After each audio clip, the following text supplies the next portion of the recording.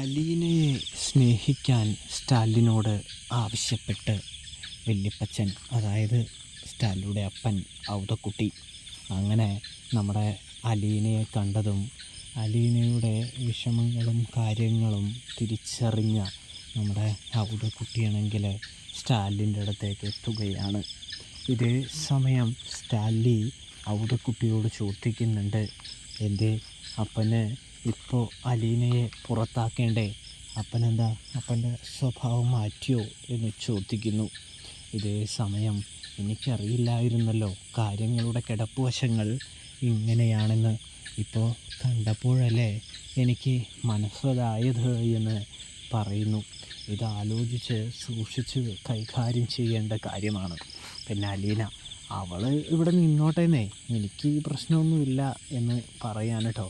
അവൾ എൻ്റെ പേരക്കുട്ടിയാവുന്നത് എനിക്ക് വളരെയധികം സന്തോഷമാണ്. അവളൊരു മിടുക്കിയാണ് എന്ന് നമ്മുടെ വല്യപ്പച്ചൻ, അതായത് ഔതക്കുട്ടി സ്റ്റാലിയോട് പറയുകയാണ്.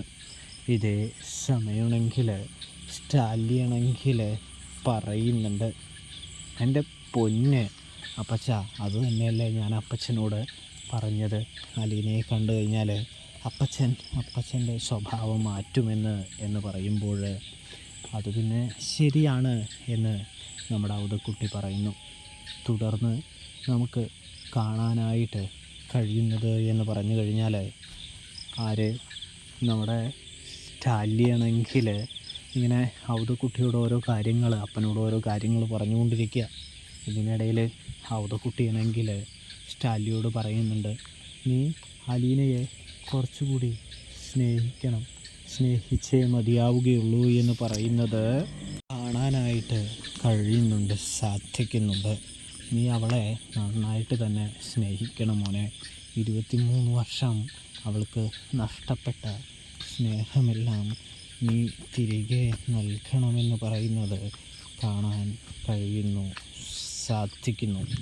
ഇതേ സമയമാണെങ്കിൽ സ്റ്റാലിയാണെങ്കിൽ അത് ശരിവെക്കുകയാണ് എന്നും നമുക്ക് കാണാൻ സാധിക്കും. സബ്സ്ക്രൈബ് ചെയ്യണം.